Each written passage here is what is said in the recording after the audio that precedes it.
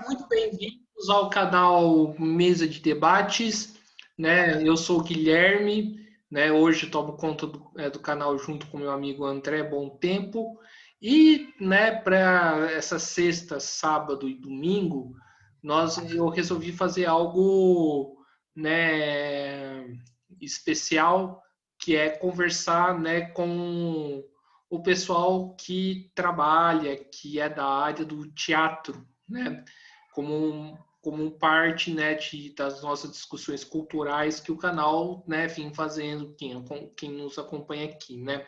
Então eu resolvi fazer um especial daqui de São José dos Campos, pegando algumas pessoas que são da área, para trocar essa ideia com a gente.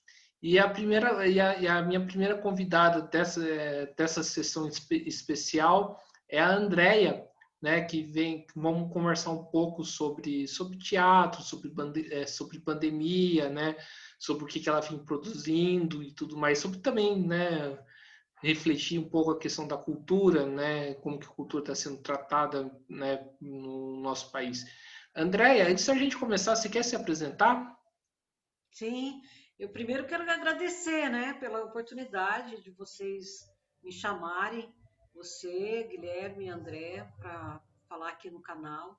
Eu quero agradecer muito, muito obrigada por essa oportunidade. A gente da área de teatro, da área de cultura, a gente sempre precisa desse contato, né? Ainda mais agora que a gente está com pouco contato com o público, né? Então é muito bom a gente saber que a gente vai estar falando, é, é importante isso, né? E eu quero agradecer muito.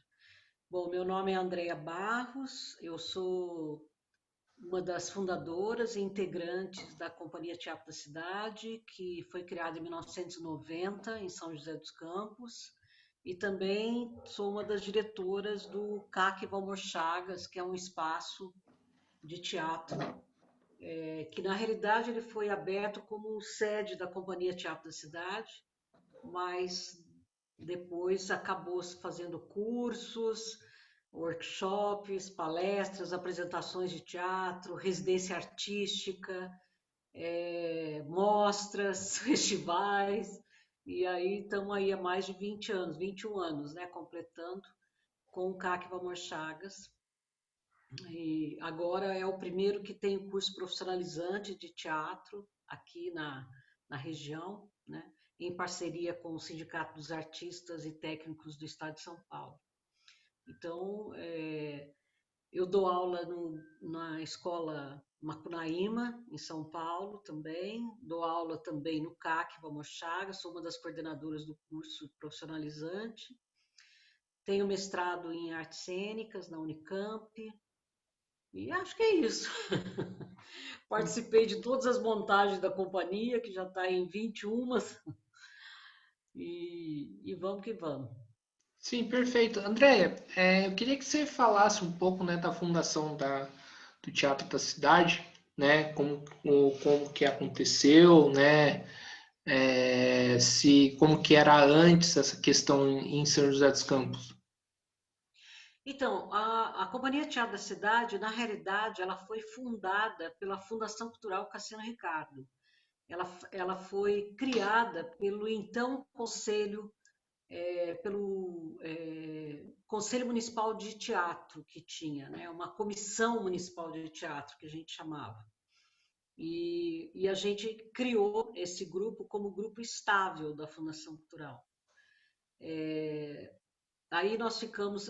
Na realidade, o objetivo do grupo era ser um grupo de formação, formar atores em São José, porque em São José não tinha cursos, não tinha basicamente nada voltado para a formação da área de teatro. Então a gente criou esse curso e esse grupo, e esse grupo ficou na fundação durante 3 anos. Aí depois começaram a surgir outros grupos em São José, e esses grupos começaram a querer ter a mesma, digamos, qualificação que o então Grupo Teatro da Cidade tinha. E foi então que a Fundação Cultural achou melhor, a comissão, né, de teatro. Você tá parado aí, tá congelado. Será que eu também tô? Tá, aqui para mim Tá tá me também. ouvindo, Guilherme? Eu tô te escutando. Agora Ah, pode. tá. Então tá. pode- E aí a Comissão Municipal de Teatro resolveu extinguir o grupo, né? E aí a gente acabou, as pessoas que saíram então daquele grupo, como eu e o Cláudio, por exemplo, a gente resolveu continuar com o grupo. E daí foi quando a gente mudou o nome para a Companhia Teatro da Cidade e continuamos a trabalhar. Daí fomos trabalhando. A proposta era trabalhar primeiro autores brasileiros, né? Aí a gente foi buscando nossa linguagem, digamos, né? Até chegarmos em 1997, quando a gente montou, sob a direção do Roberto Malé, a gente montou Dom Juan Tenório, que é uma adaptação do espetáculo do Molière. E essa adaptação a gente acabou trabalhando as festas folclóricas, as manifestações folclóricas da região do Vale. E aí a gente gostou muito dessa trajetória e a partir daí a gente acabou trabalhando geralmente nas nossas produções, resgatando histórias do Vale do Paraíba, de São José dos Campos e basicamente unindo muito essa questão dessas manifestações folclóricas nas encenações. E Sim, foi aí que montamos entre os espetáculos mais conhecidos da companhia é o Maria Peregrina, que foi uma montagem sobre a santa popular, né, de Santana, a Maria do Saco. Foi Um Dia Eu Vi a Lua também, com um espetáculo que nós fomos para Portugal, fizemos uma turnê em Portugal em 2014. E depois montamos o Melodrama dell'arte, né? Sonhos Roubados, que também foi com histórias. A gente fez um trabalho que juntou a linguagem da narrativa, do melodrama e da comédia dell'arte com histórias reais acontecidas em São José na época do Sanatório Vicentina Aranha. Então é uma história, Guilherme. São 31 anos de história da Companhia Teatro da Cidade. sim. E nesse tempo, né? Quais foram as dificuldades enfrentadas, né? Como que foi se estabelecer na cidade, né? Teve apoio público, né? Congelou. Do órgão, Ah, teve apoio público, né? Dos órgãos. É, será que é a minha internet? teve Será que é a apoio. minha internet? Sim, sim. Que estranho. Está congelando você, eu não estou te ouvindo. E Ah, você está me escutando. é, Posso conversar, então. As dificuldades. Guilherme, eu acho que fazer teatro no Brasil, principalmente no interior do Brasil, no interior de São Paulo, no interior de Minas Gerais, no interior do Rio de Janeiro, no Nordeste, eu acho que o Brasil tem uma dificuldade muito grande para trabalhar com a área cultural, porque é uma área pouco incentivada, é uma área que não tem o dinheiro é muito pouco, né? O que digamos, é, o que é do orçamento, né? De orçamento do município, do estado ou da federação, o que é para a área cultural não chega nem a 1%, né?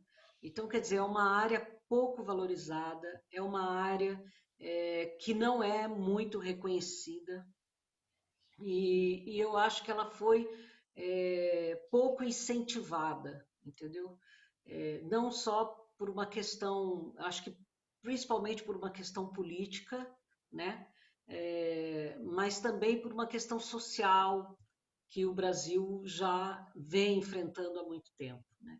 Então, são várias as dificuldades. A outra dificuldade é você manter um grupo. Por quê? Porque geralmente esse grupo de pessoas, eles precisam sobreviver de alguma forma, né? As pessoas que estão ali, elas precisam sobreviver.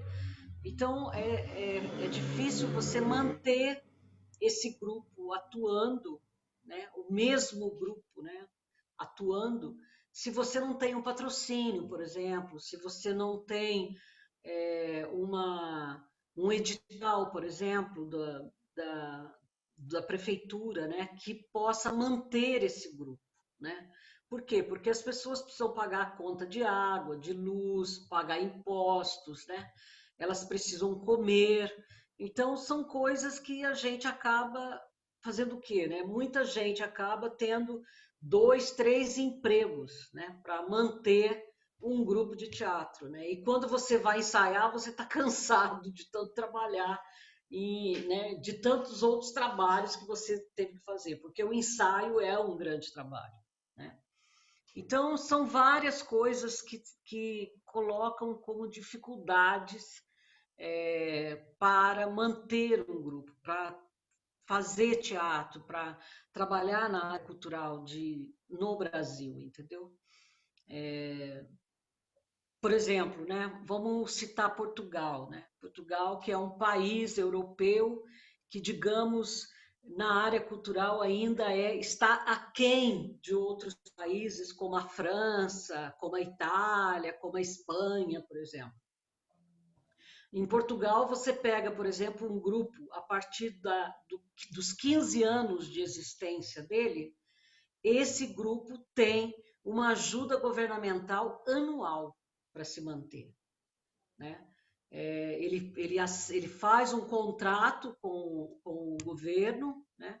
E esse contrato ele tem um ano de atividades que ele desenvolve, geralmente com a comunidade de onde ele está inserido, que eles chamam das quintas, né?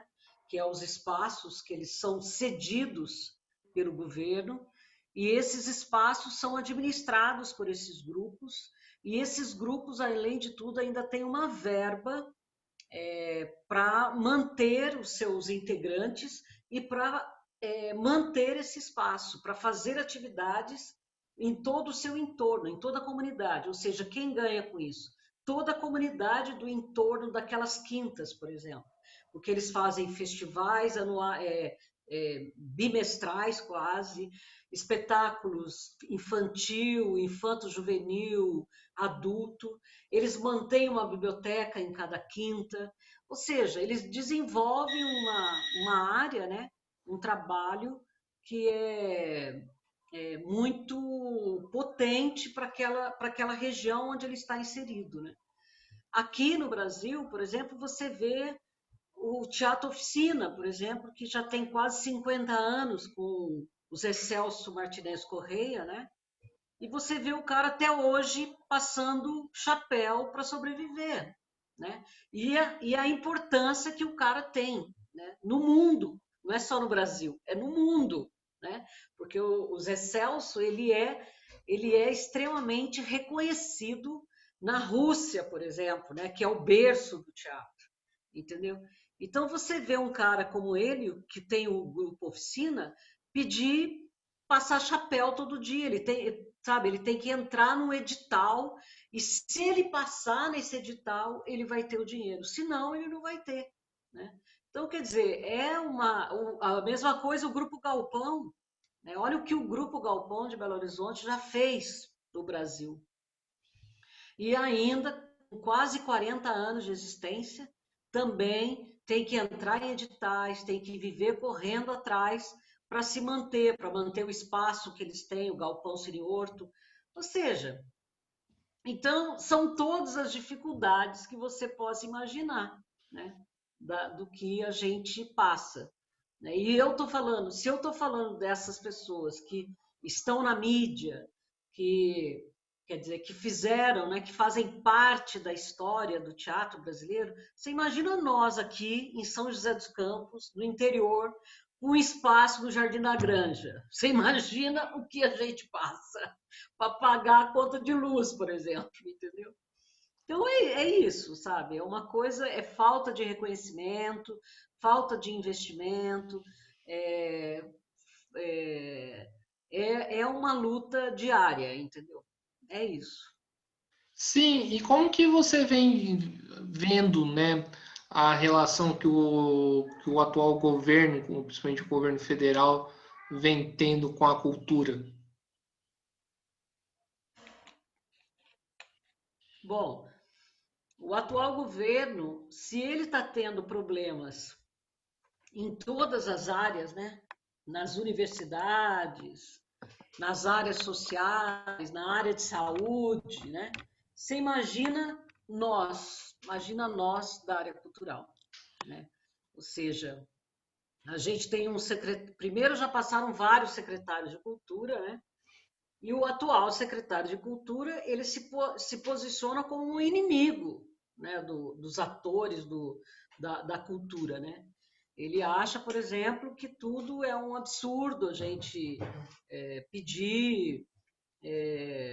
Tem na Lei Rouanet, por exemplo, né, eles cortaram uma grande parte da Lei Rouanet, que eu acho isso assim uma coisa absurda. Por exemplo, eu não tenho acesso à Lei Rouanet, entendeu? Por quê? Porque eu sou um grupo que não me interessa para as empresas patrocinarem. Porque na Lei Rouanet não é o governo que dá o dinheiro, né? Quem dá o dinheiro são os departamentos de marketing das empresas. As pessoas sempre confundem isso, né? Elas acham que a gente vai lá, pega o dinheiro do governo federal e faz. Não, não existe isso. O governo federal ele aprova um projeto e ele dá uma linha de crédito, digamos, né, que é isso, para que a gente possa pedir patrocínio das empresas. Agora, eu sinto muito pelo que ele fez, né? Porque, por exemplo, existem grandes musicais que garantem centenas de empregos, né? Por quê? Porque é desde costureira, né, até figurinista, o cara da bilheteria, é a camareira, quer dizer, são pessoas, entendeu? Que elas são operárias, digamos, da área cultural. Né? Não dizendo que nós, atores, não somos operários, nós somos operários também, entendeu? Mas são pessoas que não aparecem ali no vídeo, que não aparecem no palco.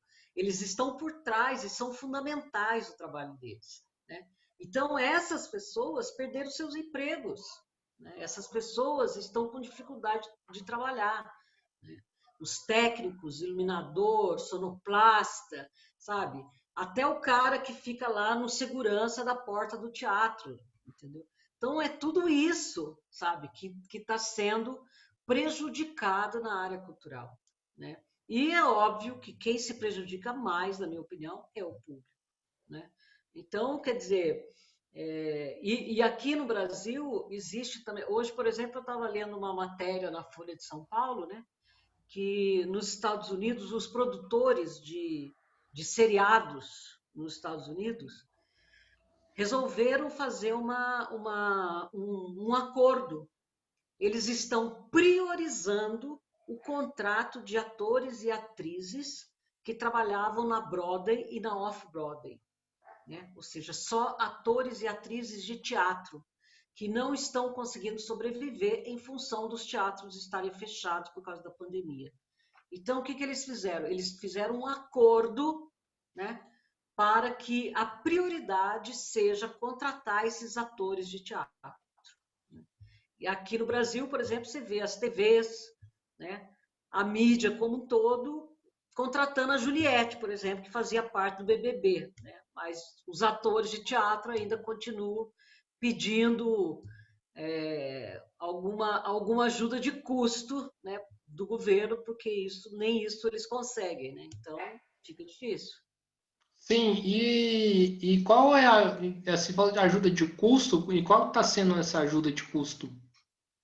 Houve a lei, né? A Lei Aldir Blanc, e por meio da Lei Aldir Blanc a gente está conseguindo fazer alguns projetos, né? É, pelo governo do estado, conseguimos aqui um edital da Fundação Cultural, né? Que foi a manutenção do nosso espaço. que foi, digamos, nós participamos de um edital e a gente conseguiu 15 mil reais. Esses 15 mil reais a gente sobreviveu, né? Porque a gente continua pagando todas as despesas do espaço, embora ele esteja fechado, né? Então, IPTU, impostos, manutenção do espaço, água, luz, telefone, internet, faxineira, produtor, né? Tudo isso a gente teve que manter e continua pagando. Então, quer dizer, esses 15 mil mal deram para sustentar, né, até agora o que a gente fez. Então, quer dizer, é muito complicado. Né?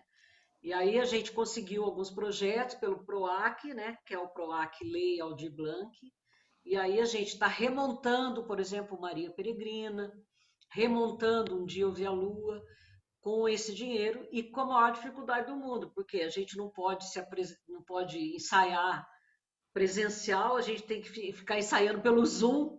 Imagina a gente ensaiar pelo Zoom um espetáculo como Um Dia Eu Vi a Lua, que é musical, por exemplo. Né? É uma transtorno aqui. Né?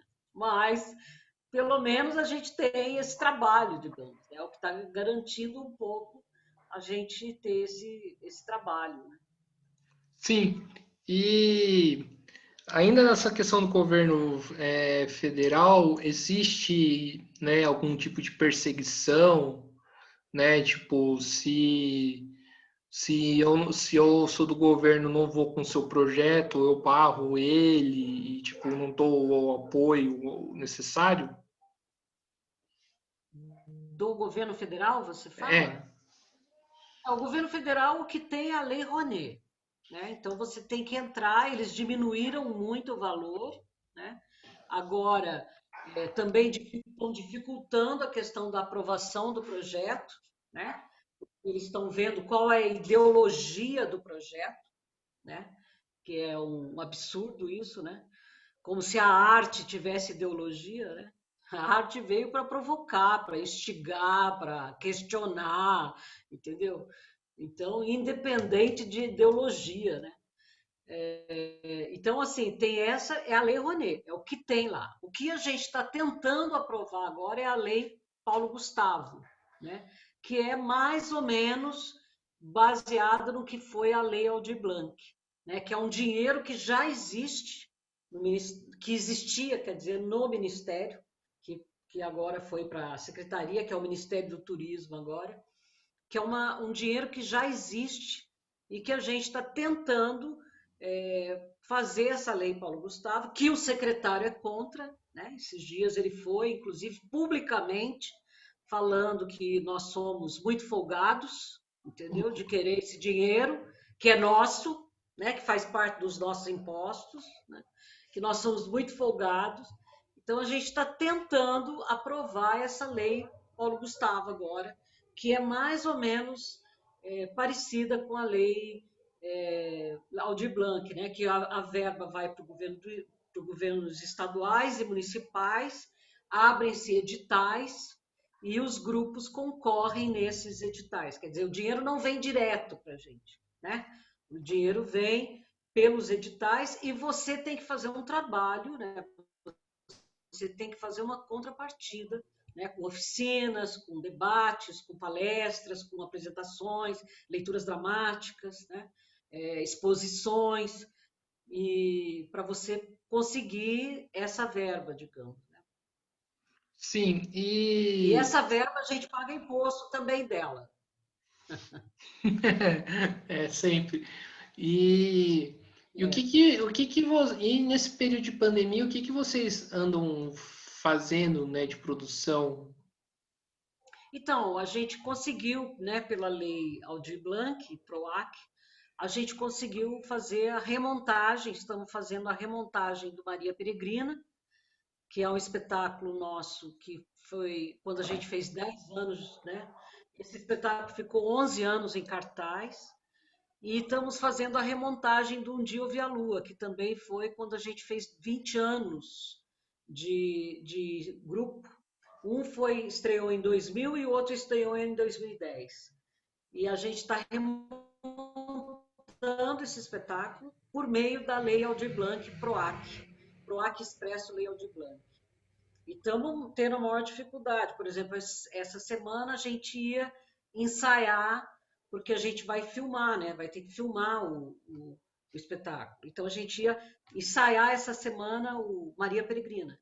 Em função do que o prefeito fechou tudo, das condições que estão, a gente teve que cancelar os ensaios presenciais e vamos ficar isolados até o dia 13, né, dando 13 dias de isolamento, para a gente se encontrar, para a gente conseguir ensaiar e filmar.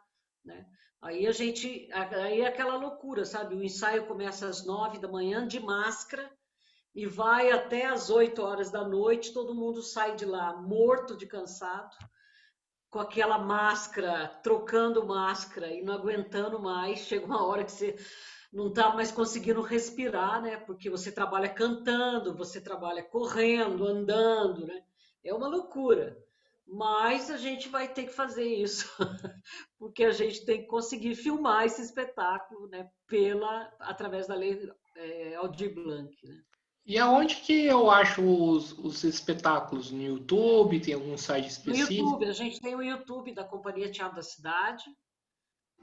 Também temos um Facebook, CIA Teatro da Cidade, também temos um Instagram, né, um site, todos CIA Teatro da Cidade, tudo junto, né? Que pode ser encontrado nossos trabalhos, o que a gente está produzindo, os cursos que a gente faz. Basicamente, agora a gente está fazendo tudo online, né? Mas estamos trabalhando aqui. Sim, e que uma coisa que você falou que eu acho bastante interessante conversar aqui é a situação das casas de teatro, né, que estão fechadas e estão sem receber, né, mais de um ano. Tá mais ou menos parecida como tá as casas de shows, né? Aqui a gente tem uma casa, né, aos poucos, né? E como que tá essa situação das casas? Tá bastante apertado, tem casa fechando, né? A maioria. Em São José, basicamente, acho que as únicas que estão abertas ainda é o Teatro Sérgio Manberti, a Teatro da Rua Elisa e nós, e o CAC Valmor Chagas. Acho que são os três só que estão abertos. Os outros todos fecharam. Infelizmente, a gente tinha mais de. Ah, não, o Quintal. Como é que é? O Circo do Quintal também está aberto. Aliás, eles estão vendendo bolinho caipira, estão fazendo várias coisas lá para sobreviver ao espaço. Como que a gente está fazendo, né? Tudo que entra, né, de todos esses PROACs que eu estou falando, tudo que entra, a gente reverte para o espaço, entendeu? Porque a gente precisa continuar mantendo o espaço, né? Eu não sei até quando, mas a gente está tentando. Tá muito difícil. E tem alguns, por exemplo, que eles ainda pagam aluguel, né? Ou seja, além de tudo, ainda tem toda a questão do aluguel, de não conseguir negociar o aluguel, o aumento do aluguel. Quer dizer, é bem complicado. Está uma situação muito complicada. Tanto que vários tiveram que fechar os seus espaços, né, infelizmente. E ainda e fazer o que é possível, né? A gente continua tendo aula online, né? O que a gente está fazendo, cursos online, debate, leitura dramática, entendeu? Fazendo vaquinha, ou seja, tudo que a gente pode, né? Está a nosso alcance nesse momento, criando projetos, entendeu? Para atrair pessoas do Brasil todo, porque como agora a gente está online, então a gente também diversificou esse público, né?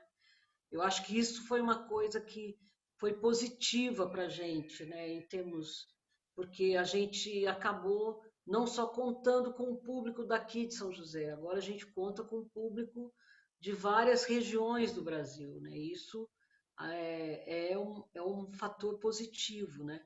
Para a gente.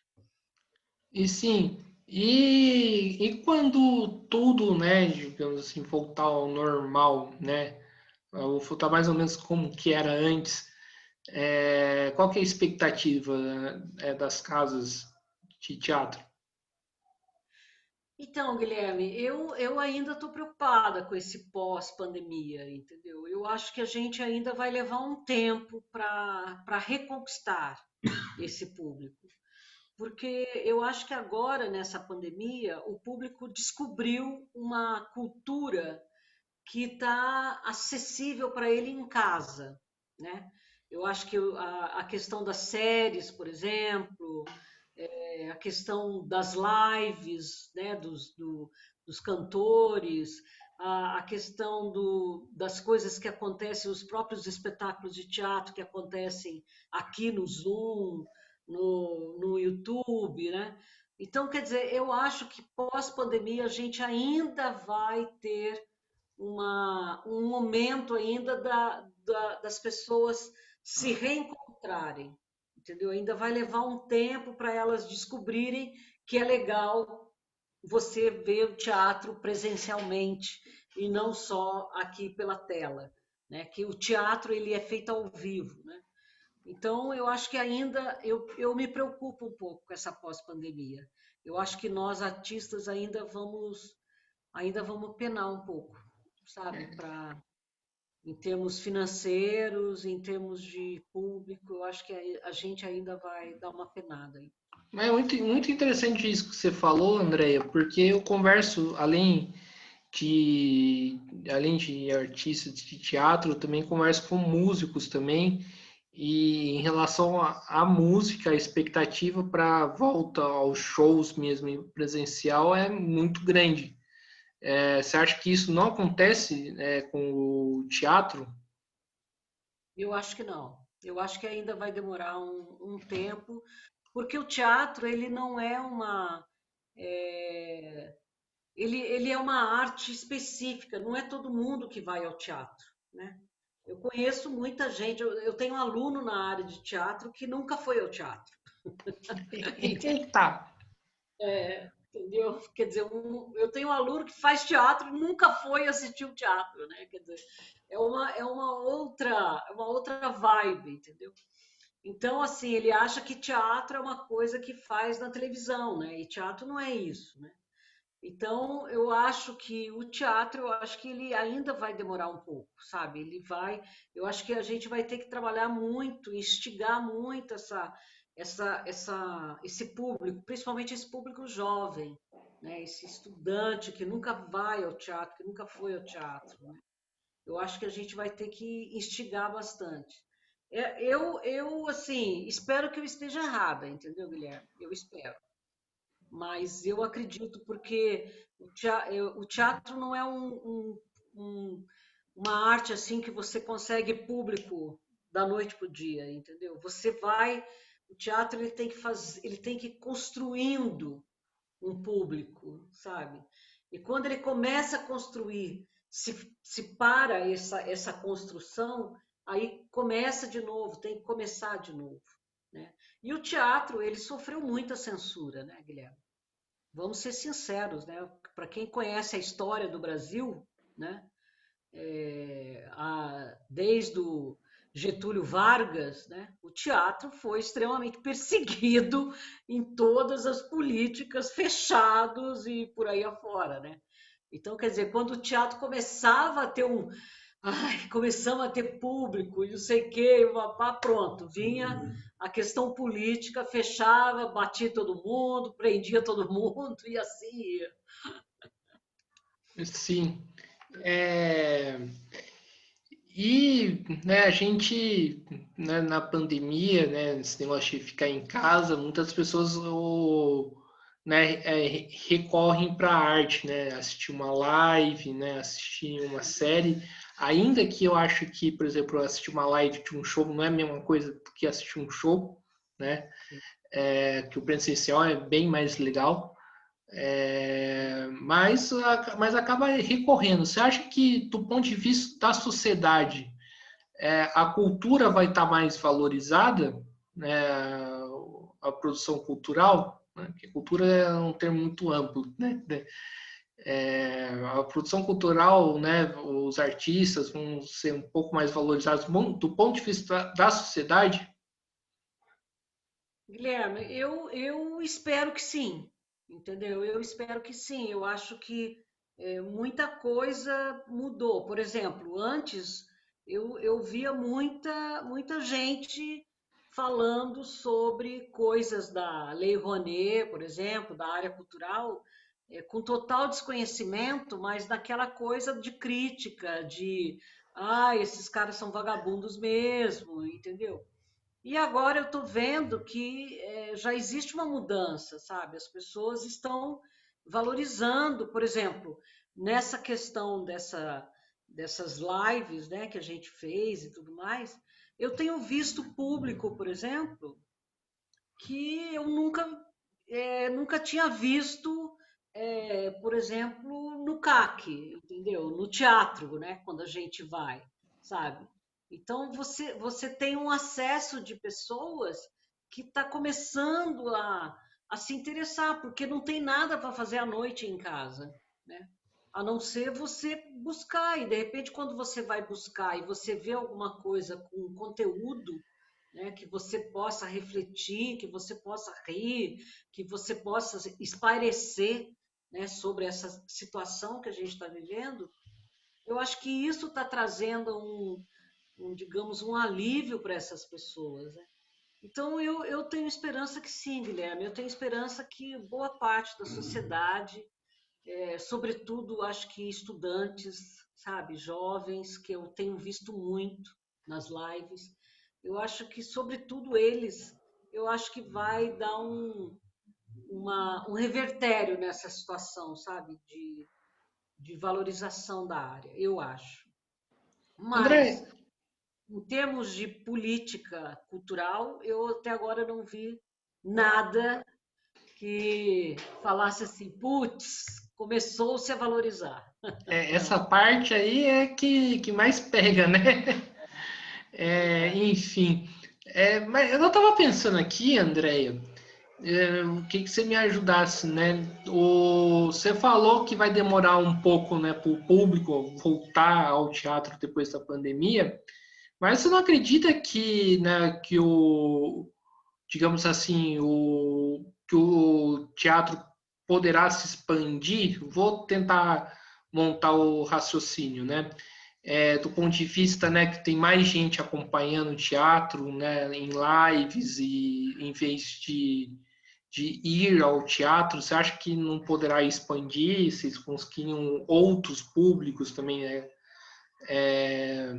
futuramente, quando esse caos todo acabar? Então, Guilherme, o que eu vejo assim em relação a essa questão o Brasil ele tem o espectador ele tem uma postura em relação ao teatro que ele vê muito a questão da televisão. E eu falo isso não só público, eu vejo, por exemplo, a questão dos meus alunos, entendeu? Por exemplo, muitos alunos vêm fazer teatro porque eles estão pensando na televisão, eles acham que o teatro é igual à televisão, a linguagem é a mesma, entendeu? E como agora a gente teve essa questão das lives, e as lives estão sendo feitas por uma televisão, né, entre aspas, ou seja, a gente está aqui, nós dois estamos aqui, eu acho que essa questão de passar dessa linguagem que a gente está usando para a linguagem do ao vivo, de você ir, pagar ingresso e tudo mais, eu acho que ainda vai ter um momento para esse público refletir, entendeu? Sobre, o teatro não é ali, o teatro é lá, ao vivo, lá no teatro, eu tenho que ir lá, tenho que sair da minha casa, desligar minha televisão, desligar minha internet, desligar meu celular e eu ir para lá e ter um outro momento. Quando ele chega lá, que ele tem um outro momento, que ele descobre um outro tempo e espaço, aí ele fala, putz, que legal que é o teatro. Eu já tive, assim, 31 anos de teatro. Eu digo isso de cadeira para você, que eu já tive assim pessoas que falam, putz, isso é o teatro? Nossa, que coisa linda! Eu adorei, eu amei, eu quero voltar, sabe? Aí descobre-se. Por quê? Porque ela saiu de um outro tempo, um outro espaço, né? Ela se permitiu isso. Então, até esse público perceber, se permitir que o teatro é a arte dos encontros, né? É a arte dos encontros, da presença, do vivo, do viver, da vivência, né? Então, até eu acho, até eles perceberem isso, eu acho que ainda vai levar um tempinho, entendeu? Porque nós estamos na mesma linguagem da TV agora, basicamente, entendeu? Tem coisas maravilhosas que estão acontecendo, coisas maravilhosas que eu já assisti, entendeu? E que são nada a ver com novela, né, com TV, mas eu ainda estou usando uma tela. Entendeu? Eu Sim. ainda estou vendo isso pela tela. Mas, Andréia, você falou um negócio da TV, né? A gente sabe que na TV, né, é tudo mais, digamos assim, né, muito mercantilizado, né, uma coisa mais caráter mercadológico, né, daquele negócio de fazer para poder vender, né? Eu faço sempre essa pergunta, né, para quem trabalha na área. É isso, né? Essa concorrência da produção para vender, né, do filme, do chamado enlatado, que atrapalha, né, o teatro, a produção cultural independente.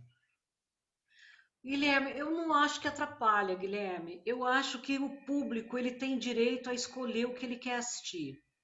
O que eu acho que atrapalha é a falta de incentivo ao teatro. É isso que eu acho que atrapalha. Eu acho que o fato da televisão, a televisão está fazendo o papel dela e ela tem o público dela. É a mesma coisa eu falar que teatro musical é menos teatro do que o teatro dramático, ou a performance é menos teatro do que o teatro, sei lá, o narrativo, entendeu? Eu acho que não, eu acho que todo mundo tem seu público, as séries têm seu público, os cinemas têm seu público, e todo mundo tem direito a ter seu público. Eu acho que o que atrapalha mesmo é essa falta de incentivo ao teatro, entendeu? E isso, assim, eu digo a você, nesses 31 anos, eu já vi coisas que começaram a dar certo. Por exemplo, São José, com o próprio Grupo Teatro da Cidade, nós tivemos um trabalho de política de formação de público, quando a gente era ainda da Fundação Cultural, que era assim, Guilherme, você imagina em São José dos Campos, você vê 100, 150 pessoas voltarem para casa, público pagante, porque não conseguiu entrar na peça que a gente estava apresentando no Teatro da Cidade, no teatro lá do shopping centro. Isso foi na década de 90. Quer dizer, por quê? Porque foi feita uma política de formação de público e o que aconteceu? Muda-se a política, muda-se o governo. Ah, não, eles estavam fazendo aquilo? Não, então nós vamos fazer diferente. Aí quer fazer diferente e não faz, e aí acaba. Então, ou seja, mudou-se a política, acabou. Não foi, não teve mais a questão da política de formação de público, sabe? Então são coisas que e isso que eu acho que é um dos grandes problemas nossos, entendeu? Por exemplo, a Secretaria de Estado da Educação do governo de São Paulo tinha um projeto maravilhoso que era de levar os estudantes ao teatro. Eles repassavam uma verba com, por exemplo, SESC, SENAC, com instituições, juntavam a parceria com essas instituições contratavam os grupos e levavam às escolas. Nós fizemos várias apresentações desse tipo no SESC, SENAC, SESI. E o que aconteceu com esse projeto? Acabou-se esse projeto, né? E a verba do projeto, não sabemos para onde foi. Entendeu? Existia uma verba para esse projeto, aprovada em lei. Cadê essa verba? Não sabemos. Entendeu? Não se sabe. Acabou o projeto, ninguém mais falou nada, sabe? Então são coisas que, cara, como assim, sabe? Como assim? Então, quer dizer, e aí a gente mesmo é que tem que fazer, sabe? A gente é que tem que fazer um trabalho de formiguinha, entendeu? De ir nas escolas, de pedir pelo amor de Deus para o professor deixar a gente entrar na sala para falar com os alunos, para convidar os alunos, faz de graça, cobra R$ 1, R$ 2, entendeu? Pô, meu, eu já cheguei em escola municipal de São José dos Campos, que a diretora me proibiu de entrar, me proibiu de ficar na calçada da escola para divulgar o espetáculo. Já aconteceu isso comigo aqui em São José, sabe? Como se eu fosse uma bandida, como se eu fosse uma pessoa perigosa que estava ali divulgando o espetáculo. Ela me proibiu de ficar na calçada da escola, sabe? É louco isso. Isso é muito louco, entendeu? Uma diretora, uma pessoa que você acredita que ela tem um mínimo de cultura na base de formação dela, entendeu? Então, quer dizer, é uma mudança de cabeça, de cultura, de raiz, sabe? E se isso vai parando, sabe? Se os incentivos vão parando, se as coisas vão parando, elas Dá um acabam se beijo nele lá. perdendo. Elas acabam se perdendo, entendeu? Então, é isso, Guilherme. Desculpa que meu marido falou. Tudo bem.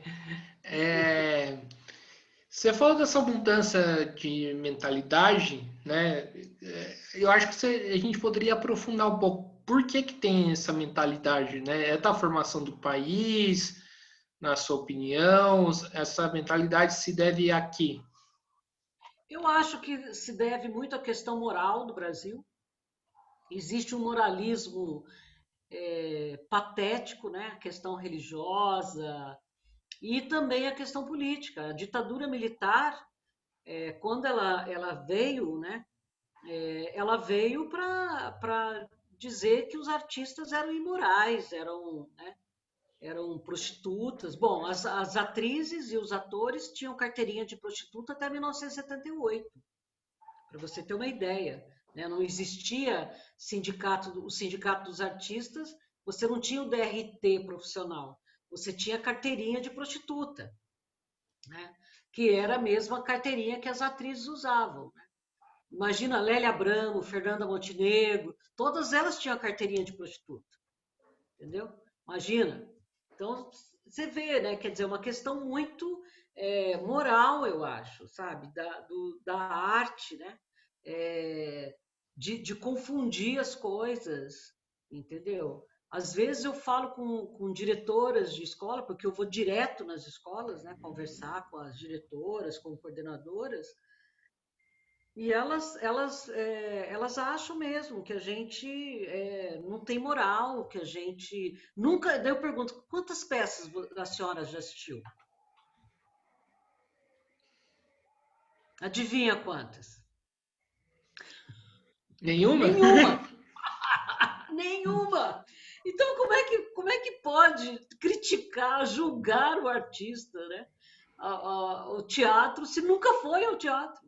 Mas por quê? Existe aquela questão de, né, se criou-se uma imagem, né, do artista, sobretudo do teatro, porque o teatro ele está com o corpo ao vivo, entendeu, Guilherme?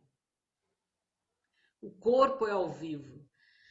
Então, se aparece alguma coisa, sabe, uma coisa que te chama a atenção desse corpo, nossa, isso é imoral, né? Então, ou seja, é total desconhecimento mesmo.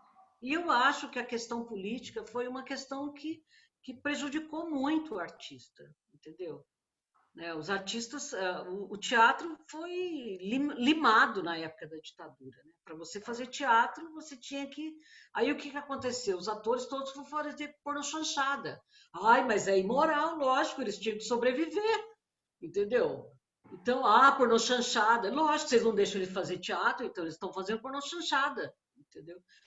Está vendo como eles são imorais?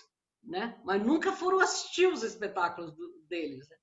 Então, quer dizer, é uma coisa que, quando começou-se, né, a ditadura militar, em 68, né, quando veio o AI-5, qual foi a primeira coisa que foi atacado? Foram os teatros, né? Como é que vai esquecer da surra que a Marília Pêra levou, entendeu? A Marieta Severo e tudo mais, que elas estavam apresentando e entraram lá e acabaram com o cenário, bateram em todo mundo, bateram nos artistas, né? Todos tiveram que ir para o hospital. Então, entendeu? Por que isso? E aí a comunidade que não entende, né, que nunca viu, que não teve acesso, que não teve oportunidade de assistir, entendeu? Porque quando ela tem oportunidade de assistir, quando ela tem acesso, ela muda a cabeça dela, ela muda a opinião dela. Né? Mas você quer um público crítico? Não, você nunca quer um público crítico. Né? Então são essas coisas, entendeu, Guilherme? É ler um pouco a história do Brasil. Né? Mas se a gente for, não é só a história do Brasil. Se a gente for pegar, por exemplo, a história do teatro, né? A história do teatro, desde do teatro grego. Por exemplo, os comediantes dell'arte. Né? Como é que os comediantes dell'arte os comediantes dell'arte eram espetáculos de rua, né? Eles levavam em carroças seus cenários e tudo mais. Quantas vezes em cidades eles chegavam e as carroças eram queimadas, seus figurinos, seus cenários, todos eram queimados. Quantas vezes eles tiveram que fugir da Itália e ir para a França, porque eles eram presos, entendeu? Por quê? Porque eles faziam críticas à política da época, a monarquia, a burguesia, né? Então, quer dizer, o teatro ele é isso, ele vem para questionar, para instigar, para provocar, mas incomoda. Como incomoda, então, eles são maus, eles são imorais, eles só fazem coisas que não devem ser feitas, entendeu? É Sim. isso. Essa diretora, por exemplo, ela falou para mim quando o Bolsonaro entrou, ela falou: ele fez muito bem de cortar. Vocês artistas são muito falam coisas que não devem mesmo. Eu falei: o que, por exemplo? O que, por exemplo, que a senhora ouviu os artistas falando que não deve? A senhora foi a algum espetáculo de teatro? Aí ela mudou de assunto, entendeu? Porque desconhece, né? Desconhece. Sim. É, E como que você vê a relação da cidade de São José com o teatro, né? Porque São José é uma cidade que, né, é uma cidade, digamos assim, que a pessoa fica aqui para poder trabalhar, né? E muitas das vezes não aproveita as coisas que tem aqui em São José. Por exemplo, em muitas ocasiões vai para ver uma peça em São Paulo, ou vai, por exemplo, uma casa de show em São Paulo, né? E acaba esquecendo aqui da região. Como que você vê essa relação da cidade de São José com o teatro e a produção cultural como um todo? Então, eu acho que São José entra nessa linha, né, dessa questão da não formação do público, entendeu, Guilherme? Da não continuidade da formação de público. Né? O brasileiro ele já tem uma coisa de que tudo que vem de fora é melhor. Ele já tem essa ideia, né? Não sei por quê. Mas, quando você vê, por exemplo, eu vou para São Paulo, porque em São Paulo os espetáculos são melhores.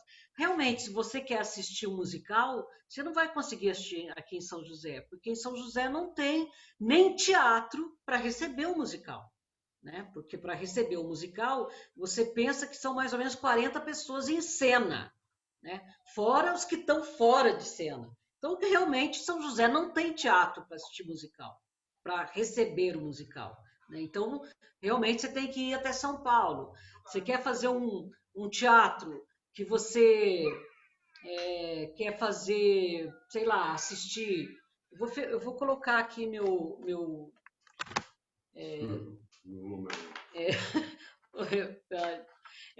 então, assim, esse teatro, né? Sei lá, um teatro é, mais tradicional, né? Uma coisa que, por exemplo, que tem um teatro grande, que possa atender um número X de público. Realmente aqui em São José não tem. Mas você tem bons teatros aqui em São José. Tem muitos espetáculos que eu assisti aqui que são fantásticos, né? Que são muito bons. Agora, como que a gente descobre isso, né? A gente descobre através de uma política pública de incentivo à arte, né? Uma política pública. Eu vou te dar um exemplo, né? Eu acompanhei a criação da Orquestra Sinfônica em São José. Eu acompanhei o processo todo da criação da Orquestra Sinfônica em São José. E eu lembro, Guilherme, que quando eu chegava no teatro lá do Shopping Centro, eu lembro das funcionárias da Fundação Cultural, lá embaixo, lá perto daquele bar que tem ali ali do lado da Câmara, a antiga Câmara, né? Eu via, por exemplo, as funcionárias da Fundação Cultural ali, passando pessoas, e as funcionárias falavam assim: olha, tem uma apresentação agora da Orquestra Sinfônica Municipal, você não quer ir lá assistir? E eles puxavam, né? Puxavam. E eu lembro que eles começaram a fazer um trabalho com as escolas, né? A orquestra começou a fazer um trabalho com as escolas. Resumindo, a orquestra chegou a apresentar no Sanatório Vicentina Aranha para 9.000 pessoas. 9.000 pessoas. O que aconteceu quando o prefeito entrou? O Felício, ele acabou com a orquestra em 15 dias de prefeitura e ainda avisou pelo Facebook. Entrou no Facebook, fez: estou acabando com a orquestra porque é mais importante ter dinheiro para a saúde do que para a orquestra. E o povo que não conhece orçamento, desconhece o que é um orçamento municipal, acredita: nossa, é mesmo, é mais importante ter dinheiro para a saúde do que para a orquestra. Mal sabem eles, né? Mal sabem eles que a cultura não tem nem 1% do orçamento municipal e que, por lei, a saúde tem que ter 15% do orçamento municipal. Ou seja, 15% do orçamento municipal que não tem dinheiro é porque está sendo mal administrado. Né? E não vai ser menos de 1% da cultura que vai salvar a saúde. É. Mas o povo não sabe disso. O povo não tem esse conhecimento. Então, nossa, apoiou o prefeito, tá certo, tem que acabar mesmo. Com 9.000 pessoas indo assistir uma das últimas apresentações que eu vi, eu estava lá na orquestra. E eu ainda chorei, feito uma criança, porque eu lembrei dessa cena das funcionárias da Fundação Cultural pedindo para o povo entrar, pelo amor de Deus, entra para você assistir a apresentação. Eu chegava no teatro, tinha 15. Um teatro de 500 lugares tinha 20 pessoas, 15 pessoas assistindo. E o que eles fizeram? O trabalho de formação de público chegou a tudo isso. Então, quer dizer, isso assim, detona a gente, sabe, Guilherme? Isso é uma coisa assim que às vezes eu caio numa depressão profunda, sabe? Porque eu fico pensando em tudo isso, sabe? Que a gente passa, sabe? Esse descaso, essa falta de respeito, essa falta de consideração que a gente tem, sabe? E eu não culpo o público, porque eu acho que o público não tem noção dessas coisas, sabe? Eles não têm esse conhecimento, porque não é interesse para eles terem esse conhecimento, entendeu? Então não é uma questão de que eles não gostam de teatro. Eu não acredito nisso, sabe? Eu acredito que as pessoas, se elas têm oportunidade, elas sim gostam, vão gostar de teatro, vão gostar de música clássica, vão gostar de balé, sabe? Por exemplo, fui uma pessoa que eu fui para o teatro, fazer teatro, porque eu tive a oportunidade, com 7 anos de idade, de assistir um espetáculo. quando eu assisti aquele espetáculo, eu fiquei totalmente, sabe? Falei, caramba, é isso que eu quero fazer, sabe? E a partir daí eu me tornei uma assídua, né? Frequentadora de teatro, entendeu? Então eu acredito nisso, né? Eu acredito que quando as pessoas têm oportunidade, elas conseguem fazer. E sim, agora, André, agora para a gente fechar, eu queria que você contasse um pouco para a gente, né, como que foi, você falou um pouco, né, agora, queria que você aprofundasse, como que foi seu interesse pelo teatro, né, pela produção cultural. Então, como eu falei para você, Guilherme, eu fui assistir um espetáculo, Peter Pan, com 7 anos de idade, na Sala Veloso, em São José. Pensa bem. Eu fui com uma excursão de escola, porque naquela época eu estudava em escola municipal e as escolas faziam esse trabalho praticamente todo bimestre tinha apresentações de teatro na Sala Veloso. E eu comecei a ir na Sala Veloso, e aí eu fiquei muito interessada, eu adorei aquilo, né? Assisti o Peter Pan e tudo mais. Até que na minha escola que eu estudava, uma professora de artes perguntou se algum aluno tinha interesse em fazer teatro. Aí eu falei que eu tinha interesse em fazer teatro. Aí eu fui fazer teatro. Aí quando mudei de escola, fui para o Colégio Olavo Bilac. Aí parou-se tudo, né? Não consegui fazer mais nada. E eu tinha muita dificuldade de me expressar, sabe? Eu tinha muita vergonha, tinha medo, vergonha, era muito tímida. E aí eu repeti de ano no Olavo Bilac. Eu tive muita dificuldade de aprendizado, repeti de ano, e não conseguia é, fazer pergunta, né, essas coisas. E eu lembro que uma professora de matemática minha, minha mãe foi lá na escola para ter uma reunião para falar sobre a minha situação, né, porque eu tinha muita dificuldade, não conseguia aprender, não sei o quê. E aí essa professora virou para minha mãe e falou assim, por que a senhora não coloca a sua filha para fazer teatro? Porque ela é muito inteligente, você percebe que ela entende que ela é inteligente, mas ela é muito tímida, ela tem medo de se expressar.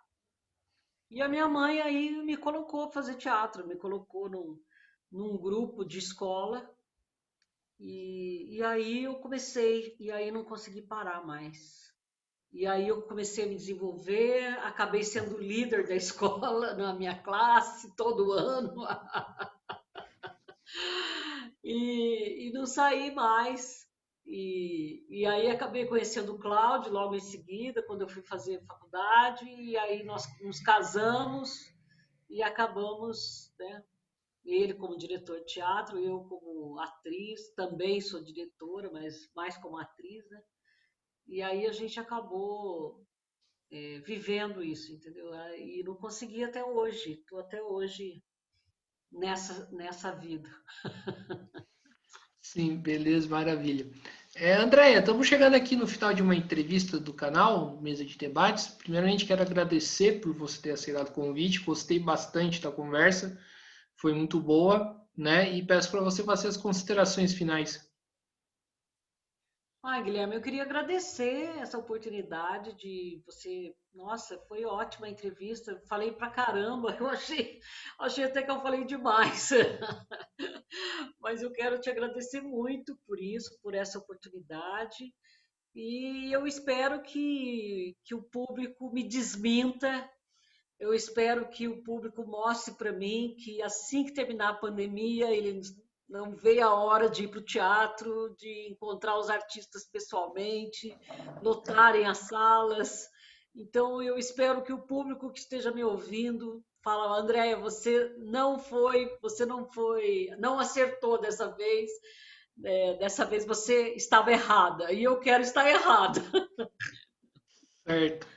Então é isso, pessoal. Mais uma vez agradecendo a Andrea, agradecendo a você que estiver assistindo esse vídeo. Peço para que se inscreva no canal Mesa de Debates de Tudo Um Pouco, né? Curta esse vídeo, curta outros vídeos que o canal está produzindo, curta esse vídeo no Facebook, curta a nossa página Mesa de Debates no Facebook, compartilhe nas redes sociais e siga a gente no Instagram. E, né, fiquem ligados, né, à nossa programação, né, semanal, e também ao nosso especial, que a gente vai tratar dessa questão, né, durante esse final de semana, né? Vamos dedicar as nossas forças para isso. Então é isso, pessoal. Até a próxima. Fui!